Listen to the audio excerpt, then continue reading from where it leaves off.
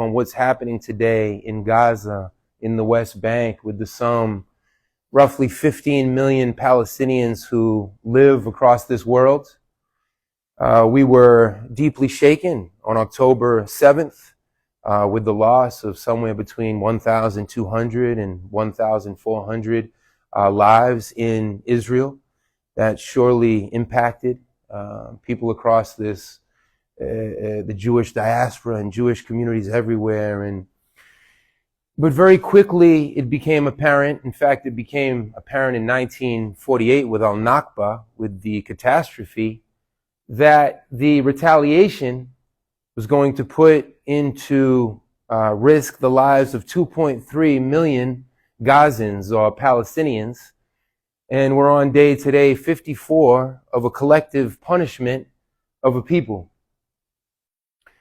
And I reached out to my family. I reached out to my colleagues. I reached out to students. I've been doing this for 2 decades now. I reached out to thousands and thousands of students to sound the alarm. And I never thought I would have to utter these words, to sound the alarm of genocide, of a potential holocaust. Because when we talk about Israel and Palestine, we're really talking about David versus Goliath. And in this case, David versus a genocidal Goliath. Because the way that CNN has presented it, the way that, forget about Fox News. And I say this subjectively, and I invite anyone who disagrees. We'll have a segment here at this conference for questions and answer. I'll talk roughly 35 minutes, and then we want to make this interactive as all of the food shows up. Yo quiero un mofongo, yo quiero algo, because it's been a lot of work. And what countries are present here? I'm curious. Where's La República Dominicana at? Puerto Rico. I see the hands going up. Y'all could yell out "Huepa" or something. Where's the orgullo latinoamericano? Where's the pride? Y'all don't have to be so censored and so quiet. Mexico, Guyana, woo! Colombia, Egypt, Palestine, Yemen, Bangladesh, in all the countries I haven't mentioned, and of course people from right here, occupied Turtle Island, the United States, where I was born and raised. So go to the first slide, please. This is a global moment. It's an anti-colonial moment. It's also a humanitarian moment. And the fact that they have now they've censored on Twitter the use of the word to decolonize. I never thought that I would say that publicly. Everything that I've been studying since the first time I went to Cuba in 1995, when I was 16 years old, and the first time that I went to Venezuela in 2014, and the first time that I went to the Middle East about 15 years ago, this is the greatest attack on freedom of speech that I've seen in my life. And we're not allowed to say, Palestine will be free. And they've tried to make this beautiful flag. It's not just the flag of the 15 million Palestinian people, 2.3 trapped in a concentration camp that the world knows as Gaza. And when I say concentration camp, that's not hyperbole. I'm not exaggerating. There's one way into Gaza from the north, and the Rafah border crossing into Egypt. And the Israelism, Zionism, with full U.S. backing, controls that entry point with armed guards, with barbed wire. It's more than a wall. It's similar to Rikers Island. So for you to somehow leave Gaza is nearly impossible. So when we use the word concentration camp, it's important to understand that. And then what the Israelis have done is set up a no man's land, as they say, where anyone who tries to penetrate outside of those apartheid structures, in reference to the inhumane racist system that existed in South Africa for how many decades, until 1994, when Nelson Mandela became the president of South Africa. It's an apartheid wall. It's an apartheid prison. And thousands of Palestinians have been shot, have been murdered.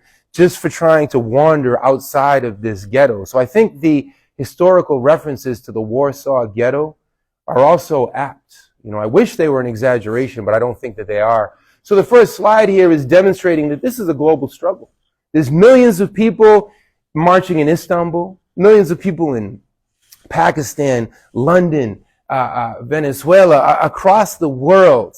Global humanity has stood up because, again, this is an existential crisis. This is a philosophical crisis. This is a moral crisis. As I told my own aunts and uncles and cousins, the first rule of the family, you never bring up politics. This is not about politics. This is about life and death.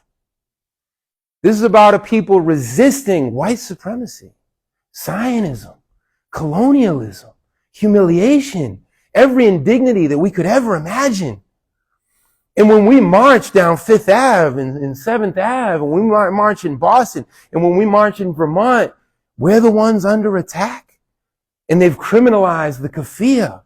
They've criminalized everything that has to do with this beautiful people the world knows as the Palestinian people. So, next slide. So, the miseducation, the liars, they're going to tell you that this goes back thousands of years and it's so complex. If a bully comes up and punches you in the face in the playgrounds, I was bullied when I was young. Is that complex? It's not complex to me. 1948, more or less the year my mother was born. In 1948, the British Empire, the burgeoning, the growing U.S. Empire, the French, all of Western colonialism and neocolonialism get behind this settler colonial project, and they weaponize hundreds of thousands of Jewish people who were caught in the crosshairs of anti-Semitism because Europe has a history, a sordid history of anti-Semitism. The epicenter of Jewish life at the turn of the century, we're talking 1900, 90% of our Jewish sisters and brothers in 1900 lived in what is today Poland and lived in what was called the Pale of Settlement because Tsarist Russia and the lords of Poland controlled Jewish movement. Feudalism and capitalism come into being dripping from head to toe, not just in the blood of your patrias, of your homelands, as they colonized South America and Mexico and the Caribbean.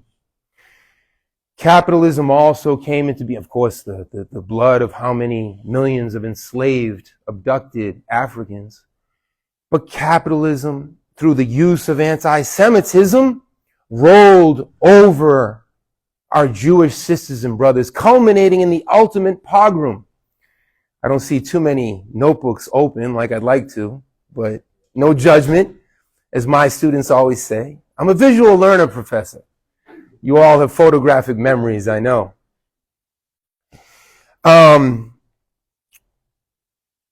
Similar to Trump-like tactics, what the European feudalist and capitalist system do is they always scapegoat Jewish communities.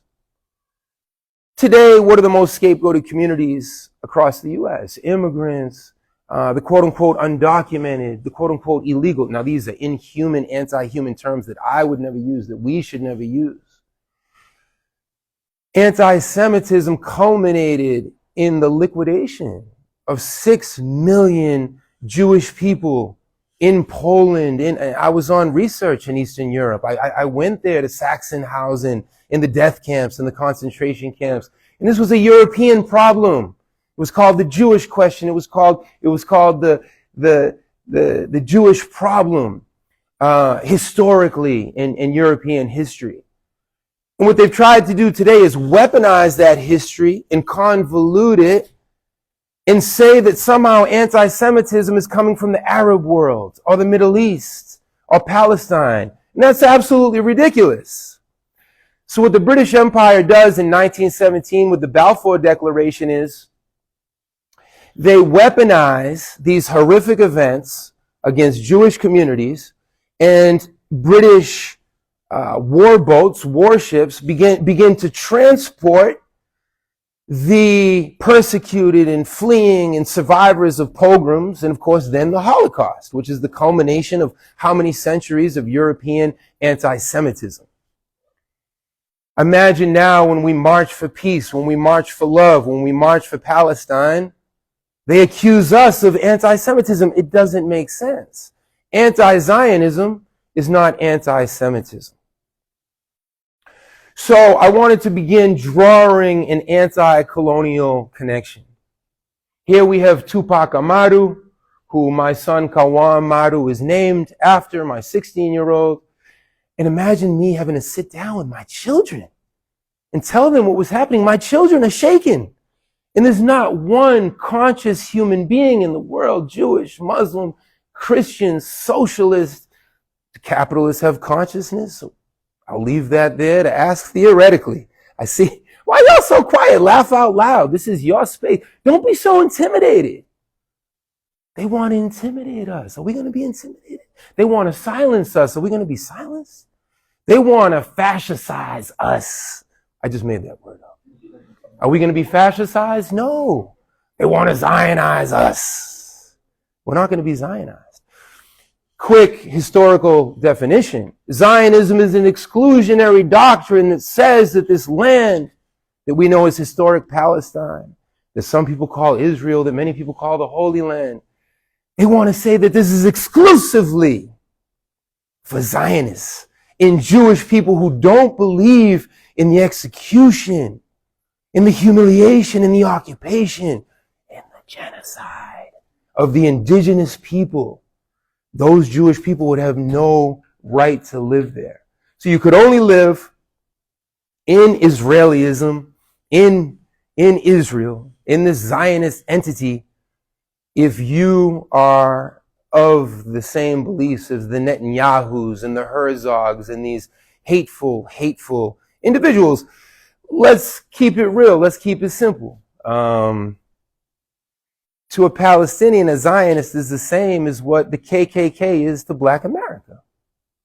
And what the Cortezes and the Christopher Columbuses are to Tupac Amaru and the Inca people and the Mexica people and the Aymara people and all the indigenous peoples of the Americas. So the execution of Tupac Amaru. And here we have Al-Nakba, 1948, the British army that then became the Israeli army, they begin to kill wholesale native life. So when they tell you that this goes back hundreds and thousands of years, no. It goes back 75 years. We have all the books. There's plenty of seats. Get comfortable. Everybody, there's plenty of seats here. We can hit the next slide. And of course, they've tried to, soon enough, they're going to make the maps illegal as well. And when they come after us in this fascist way, how important for more of us to stand up. Remember the famous quote from the Holocaust. First, they came for the socialists, but I wasn't a socialist, so I stayed quiet. Then they came for the gays. I wasn't gay, so I didn't say. Then they came for the Jews. I wasn't Jew. I didn't say anything. Then they came for me. And there was no one left to stand up. Today, it's Palestinians. Today, it's the native people of the Middle East. The attacks will continue against immigrant communities, against people of color. And I can't imagine for every oppressed person, that's another way of saying a person of color, I can't imagine the impact on your psyche, on your consciousness, when you go to bed at night, to think that another people, a fraternal people, a people who could be you. Now, why do I say genocide? Why do I say extinction? And forgive me for having to tell the truth. It hurts. But the Israelis control the water supply to 1.1 million children. The Israelis control the food supply. The Israelis have deliberately, with $16 billion from Genocide Joe, aka the President of the United States, you may have heard of him, $16 billion to destroy the agriculture of a tiny ghetto. How big is Gaza? It's roughly twice the size of Boston. Boston's tiny. So when they announced about roughly 45 days ago, 50 days ago, every Palestinian who lived in northern Gaza had to go to southern Gaza. 1.1, the population transfer of 1.1 million people. I couldn't sleep for nights. And I don't want to personalize this, but so many of us have tried to alert our cousins and our family members and our colleagues. And the collective silence hurts. This is not just an anti-colonial question. It's a human question. It's a moral question. And if we have hundreds and hundreds of people here uptown in this conference today, where are the thousands and the thousands and the millions and the millions? Because they're not going to stop this. I monitor CNN and MSNBC and the New York Times and the Wall Street Journal and the Financial Times every day. They've moved about this much in the past 54 days in terms of actually educating about what is at stake here. So here you have the map.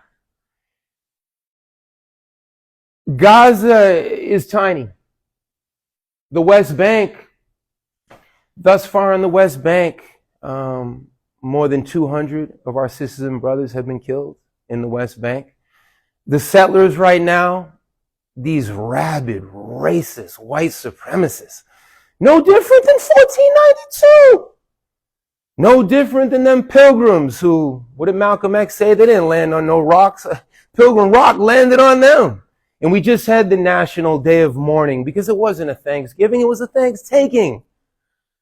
In the hypocrisy of people who are afraid to tell the truth. So this map really speaks for itself. In the intentions of Netanyahu and his cabinet, now, not all Israelis are Zionists, and not all Jewish people are Israelis. And from a historical point of view, on my father's side of the family, this talk that we have Jewish blood that goes back to Russia before the revolution. But I'll leave the family tree out for another occasion. But that's something that I heard for years. I definitely want to look deeper into it. Going back to the West Bank just for a second, these settlers now have a green light to do whatever they want. Just one of the mainstream headlines right now, they tell you 150 Palestinians released in exchange for 10 Israelis. What they don't tell you is that as 150 Palestinians return to Gaza, they lock up another 200, 300, 400 Palestinians and kill just as many. To say that the death toll at this point is 15,000 or 20,000 is a gross underestimate. How many children are still trapped under the rubble? At this point, the Israeli government, with full U.S. support, has dropped the equivalent of 2.5 Hiroshimas.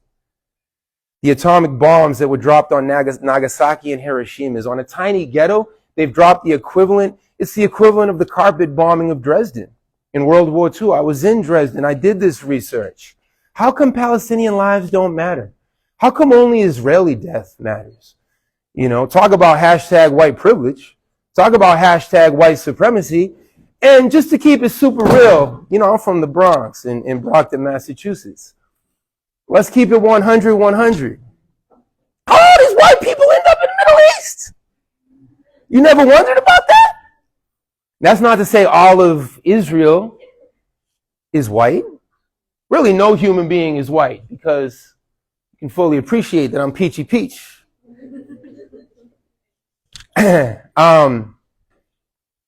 Israel was founded upon, like the United States, on the ongoing holocaust of a native people. Next slide, please. Here we have a slide that points us, I made the point about the KKK, but to remember that so many of our Jewish sisters and brothers reject Zionism because they know it's an exclusionary, exterminationist, white supremacist ideology. Nothing we've ever said. I've been working with the Palestinian liberation movement for 3 decades.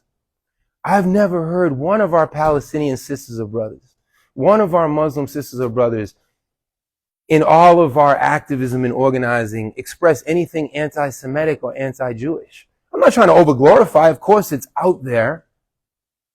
But the sentiment has always been pro-justice, pro-life, pro-equality, and anti-apartheid, and anti-genocide, and anti-ethnic cleansing. And that's something that they don't want to clarify. They live obfuscating everything. They want to create confusion. And as the Palestinians face everything we've described, they've tried to flip reality on its head and say that they're the victims. Well, you receive about $4 billion from the richest country in the history of the world with a $25 trillion GDP. How are you the victim? So, most Israelis, like many of us here in the U.S., of course there's class segmentation in Israel. Of course there's inequality. Of course there's people who are suffering there as well. But most Israelis go back to their apartments and their mansions, their homes, whatever it is, as the Palestinians have not had access to electricity, running water, drinking water for 54 days now. And before that, there were 2 decades of a full-scale blockade on Gaza. There was already a humanitarian crisis. Never mind how it's escalated. So again, shout out to Jewish Voices for Peace. Shout out to Jews for racial and economic justice. Not in our name. I mean, there's so many groups, and that's the human unity that we seek. Yeah, there's a great documentary. Take a wild guess that it's been banned and censored. It's called Occupation 101. And you can go to, within our lifetime and all these different websites and find all these educational resources. Every day at 3 p.m., almost on cue, Jewish Voices for Peace holds a massive Zoom call with hundreds and hundreds and some days thousands of people who come together to break bread over peace and over tea. And it's very beautiful. It's a very open space. We've been leading community classes because as a professor, I teach downtown. I won't say where I teach to keep everybody safe. These are trying times. We've had to do popular education. We've had to set up our own liberation classes and our Midwestern Marx classes and our People's Forum classes because, as Audre Lorde said, have y'all ever read Audre Lorde? Oh, I see you. Shout out to Audre Lorde. The master is never going to give you the tools to dismantle the master's big house or mansion. We ourselves have to be self-taught. That's what Malcolm X taught us. That's what Assata Shakur taught us. That's what George Jackson taught us. And if it wasn't for my mother, and if it wasn't for the organizations that I met in Brockton, Massachusetts when I was 14, 15, earlier than that even, I would not know any of this. Columbia University, shame on you. I shouldn't even have this hypocritical blue on. Columbia University, my alma mater, standing with the colonial genocidal bully. Oh, disgusting. Me da un asco que no sé cómo expresarlo.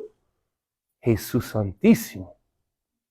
You know what they do at Columbia and at Harvard to students and to intellectuals who talk like me?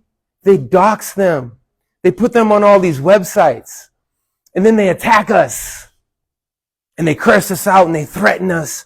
And they try to get our addresses and our family's personal information. I've received how many hundreds and hundreds of messages? You're a Nazi. You're a Nazi. And every time I say, let's have a dialogue. What is your perspective? And I address them by their first or their last name. Mrs. Goldfarb, Mr., whatever the name is. And it's not just Zionists attacking me. There's no lack of backward chauvinistic white supremacists right here. And that's what that attack was in Burlington, Vermont, and over there in Jersey. And that's why. That's why it's important. That's why it's important to represent the kafir. I could give the history of the kafir, but I actually want to keep moving forward with the PowerPoint. Not all Israelis think this way, but there is a dangerous percentage of Israelis who've been taught And don't believe me, study Ilan Pape and study this journalist who's making the rounds now from Harrods, and his name escapes me at the moment, but we can look it up. Israeli society, like U.S. society, has been primed and trained and indoctrinated with hatred for 75 years. Not every Israeli. We're not speaking in generalizations or stereotypes. We're speaking based upon the sociology of Israeli society. And in Israel, if you speak up against this war, you're in jail automatically. And if you are Jewish, they'll let you out in 2-3 days. And if you're Palestinian, or if you are what they don't use the word Palestine in Israel because they've tried to wipe out this history. But if you're a Palestinian, you become a political prisoner. Or they might just, what they always yell at us is, go to, you want to speak like this, go to Gaza. So I can be genocided too? What a hateful thing to tell another human being. So, to those hundreds of people and thousands who dox us and intimidate us and drive those corny trucks around at Harvard and Columbia, they're parked up at Columbia right now with the faces of students. What are the crimes of these students? That they're Arab, that they're Palestinian, that they're Muslim, that they believe in the truth? I'm 45 years old. I've never lived such a dire moment, not just for the Middle East, not just for the U.S., but for humanity. Well, this quote right here, and that's why I was talking about the Israeli journalist Gideon Levy. I don't agree with him 100%, but he's like almost the best we got inside the belly of the beast, because the others, like the member of the Knesset who addressed Jewish Voices for Peace 2 days ago, he had to leave the country. He's afraid for his life. He's been suspended. The Knesset is the equivalent of U.S. Congress or something. So there's nothing cheaper in Israeli society than Palestinian life. It's mind-boggling. You have to go back to General Custer and Andrew Jackson and the Trail of Tears and Wounded Knee. Your families have surely asked themselves, how did the Holocaust happen? How did this happen to Native Americans? And many of us in the U.S., of course, I'm a generation older than you all, but we've been asking ourselves, if I was alive in 1939, if I was alive in 1942, what would I have done? Would I have stood up to Hitler? What you've done the past 54 days, you have your answer what you would have done before the Nazis. You have your answer looking at you in the mirror.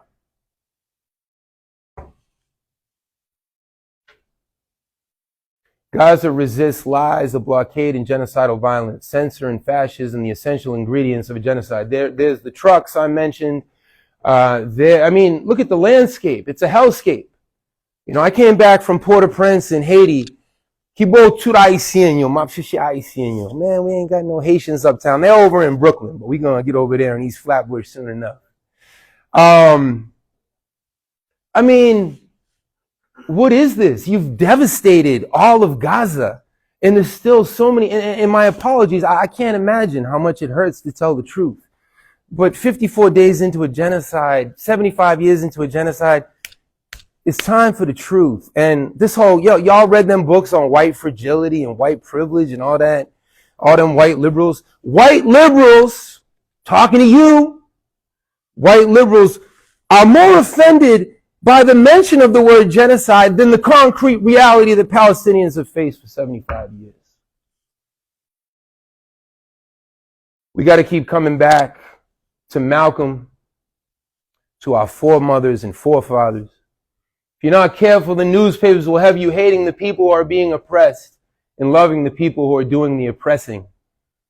And that's why CNN, and if you read the conservative media, it's full steam ahead with the genocide. Now, if you dig a little in the New York Times, you'll see, well, what about the children of Gaza? What about the civilians? I'd say at this point, they're like 8 to 9 tenths on board with the genocide.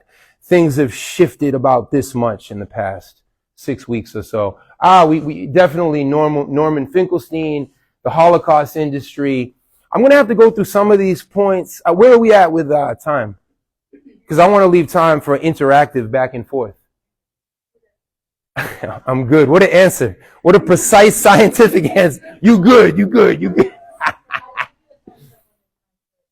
Thank you. We can go to the next slide. There's a young Norman Finkelstein, and if you haven't studied Norman Finkelstein, put it on your Christmas list. This is a brother who gets younger every day, and I'll let you tell him his secrets. This is not a nutritional workshop. That's next week. He was the son of survivors of the Warsaw Ghetto Uprising, of Auschwitz, of the other concentration camps. And he's saying, not in my name. He's saying that never again, because when you go to Bosnia, when you go to, Auschwitz, they always say never again. Never again. For who? Never again for people who look like me? Never again for who? Because this is it. This is the moment to stand up and prove never again. So his intellectual work is fascinating and highly important. Beyond chutzpah, the misuse of anti-Semitism and the abuse of history. So what they've done to Israelis, a high percentage of Israeli society, no different than what they've done to us here in Massachusetts and Ohio and Minnesota and Michigan. They've told Israelis that they are a superior people. Israelis have no idea what's going on in Gaza. If the U.S. public knew the gravity of this historic moment, the U.S. public would stand up. The U.S. public does not believe in the pulverization, in the liquidation, in the eradication of human life. If they had to see what we see every day, shout out to Sean King. Shout out to, our heroes, Time Man of the Year, Moratz, the Palestinian. Motaz, thank you. I forgot how to pronounce his name.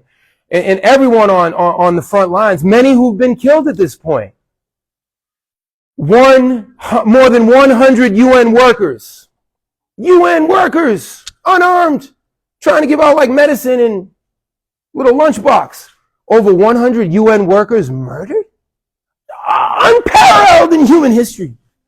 53 journalists, more than 53 journalists at this point, murdered in Gaza by the Israelis. What? This is mind-boggling.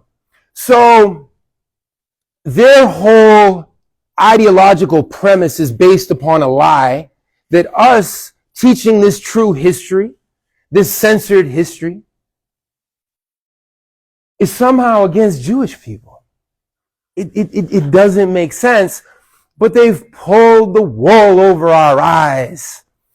And these liberals out here, I said this in the first few weeks of this genocidal campaign of violence, liberals are more afraid of potentially offending a Jewish friend or a Jewish colleague than telling the truth about this history.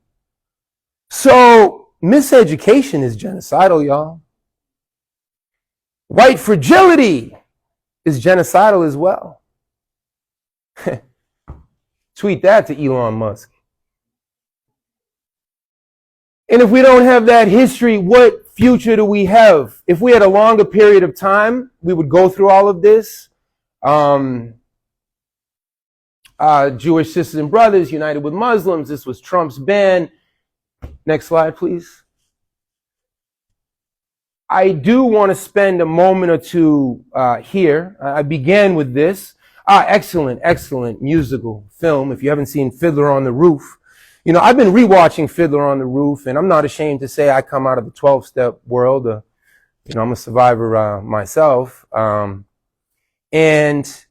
a little distracted. I rewatch Fiddler on the Roof, and when I go to 12-step meetings, there's certain people, I want to sit next to.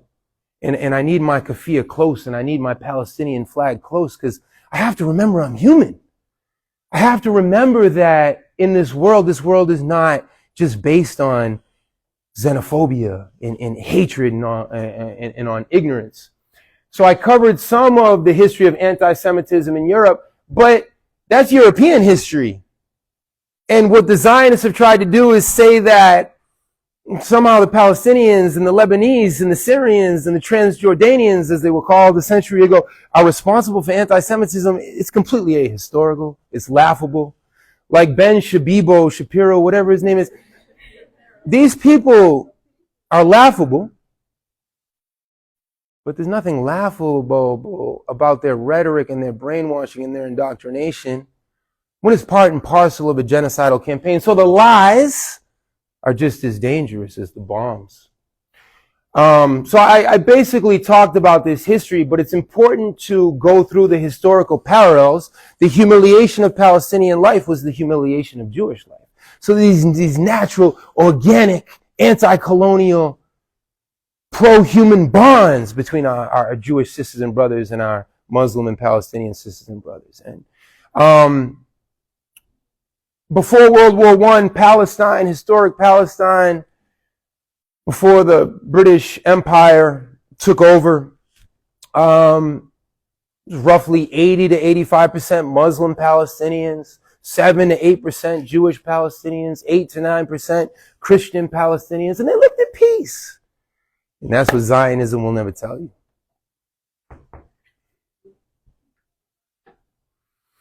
I'm not going to cover all this history, but shout out Edward Said, my professor in 1996 when I was, like some of y'all, I won't say where the freshmen at, you've already been bullied enough, but Edward Said, my professor at Columbia. I'm just going to go through the last slides quick so we can make it interactive. Let's see, what didn't I cover? The Holocaust, one of the great tragedies, one of the great historical, tragedies. Only a system like capitalism and white supremacy and colonialism would be capable of such injustice. And the Jewish people who survive, this really, you got to read entire books and documentaries to understand all of this.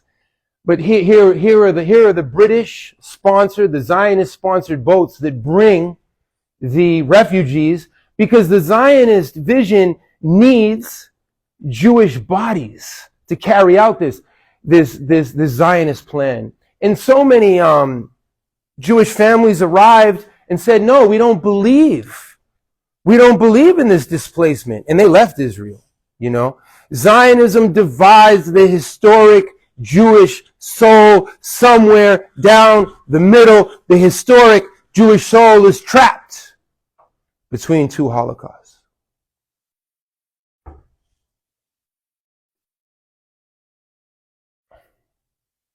Incredible book, Richard Becker, incredible author. We'll move quick now.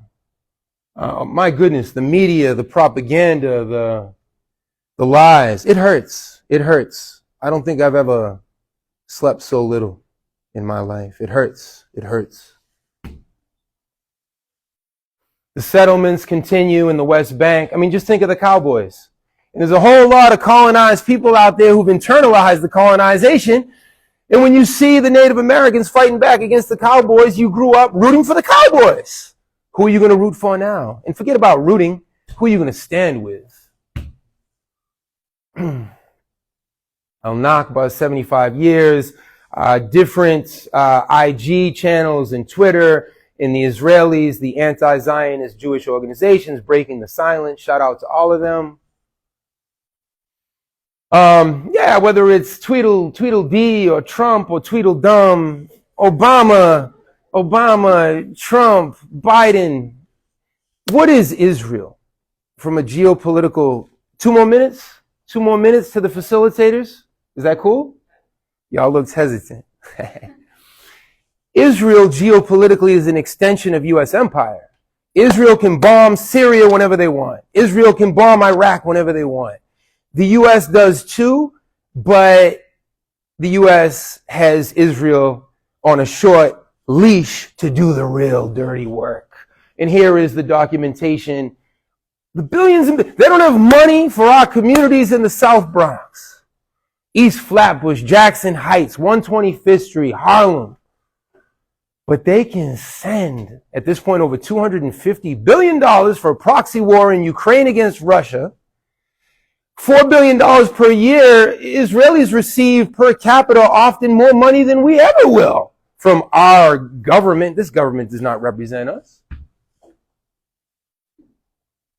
The history of the PLO, we don't have enough time for all that.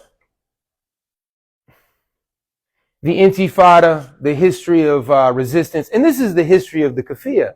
Because Palestinians had to go into the mountains, and because their homes were stolen and they were on the run, the kafia was a way to like the Zapatistas in Chiapas, so that they could be safe and hide their identity. And when we march today, you know, many people aren't just wearing masks because of COVID. And how sad when we defend truth and love, we're the ones on the run. We're the ones afraid for our lives. You know, para citar a Eduardo Galeano, el mundo está patas arriba. They've taken the world and they've put it on top of its head. International, this is from Ireland. Shout out to my Irish roots, all of our comrades in Belfast, in Dublin, in Derry. When you go to Ireland, if you look at Ireland, Ireland understands all too well the Palestinian struggle. They've been resisting for 8.5 centuries. British colonialism. Well, y'all don't have to take the final exam. That's not for another few weeks. So let's leave it here with this beautiful flag, because this is not just the Palestinian flag. This is the flag of all of humanity. Everyone who's out there listening, we all have a role to play. Timidity never made it in history. This is the time to be in the streets. This is the time to hit up every teacher you had since kindergarten. This is the time to go back to your high schools. Try to talk to the entire auditorium. Go class to class. So we'll leave it with this beautiful image in the background, and I can take from the conference hall, you know, every question that you all have. Thank you.